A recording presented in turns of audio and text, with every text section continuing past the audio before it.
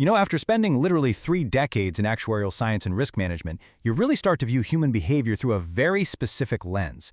You kind of stop seeing random events and start seeing, well, trajectories, statistical probabilities, compounding returns. Welcome to this explainer. Today, we're taking a simple 8-word philosophy and putting it right under that exact analytical microscope. It is absolutely remarkable how just a few carefully chosen words can entirely reframe how we view our daily existence, shifting us from just passively accepting baseline risk to actively capturing the absolute upside of our own potential. Don't go through life, grow through life. The sheer simplicity of this sentence is exactly what gives it its power. It's perfectly symmetrical, right? But look, from a risk management perspective, this isn't just some catchy motivational poster. It's actually presenting a fundamental binary choice between two completely different risk profiles. It's a foundational instruction for human behavior that basically forces us to decide exactly how we're going to allocate our most finite, completely irreplaceable resource, our time. All right, let's dive into Section 1, the core philosophy, a semantic deep dive. By isolating these two concepts and putting them head-to-head, we uncover a pretty stark contrast in how a life can be managed. Think about it. Going through life represents the baseline status quo. It's the default trajectory if absolutely zero active energy is applied. Growing through life, on the other hand, well, that represents active asset management. It's the conscious, deliberate decision to intervene in your own timeline. These are the two fundamental models we have to choose from. We are either defaulting to mere passive existence and just absorbing whatever volatility happens to come our way, or we're engaged in intentional development to maximize our internal returns. Which brings us to Section 2, defining passive existence. The trap of just going. The absolutely critical component of this first half is actually that opening word, don't. In an actuarial table, a word like that acts as a massive red flag. The text here is heavily implying that passive observation of our own existence is a guaranteed path to depreciation. Because if we aren't actively managing our timeline, we automatically expose ourselves to the hidden risk of compounding stagnation. Merely going through the motions, waking up, doing what's required, and going back to sleep, it's a statistical trap. It's a strict warning that survival alone, simply ticking days off a calendar, carries immense long-term opportunity cost. So, moving from one point to another without inherent internal change or intentional evolution. Let's think of this like a train on a track. Okay? But apply it to the fixed asset of your lifespan. The train leaves Station A and arrives at Station B.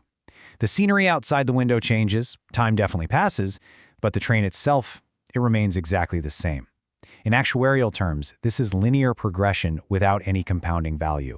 You are burning through your most finite resource, time, without generating a single drop of internal equity. Life is literally just happening to you, and you're carrying all the baseline risk without capturing any of the reward. No way to live, right? So let's pivot. Section 3, the active growth mindset, the shift to intentionality.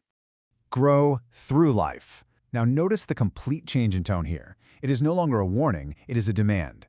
The text demands intentionality. From a risk management standpoint, people who truly thrive over a 30-year timeline, they don't avoid challenges, not at all. Instead, they view volatility, those mundane daily tasks, and even major life disruptions as prime opportunities to capture upside risk.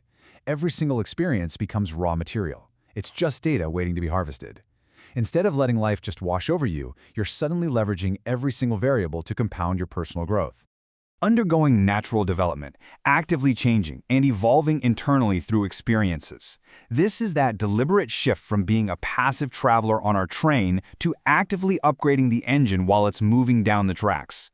When you're growing, you are constantly building resilience against future unforeseen risks. You aren't just moving from Monday to Tuesday, you are utilizing Monday's friction to become a more adapted, highly evolved version of yourself by Tuesday. You're taking external events, pulling them inward, and using them to build permanent, compounding personal equity. It's a real game changer.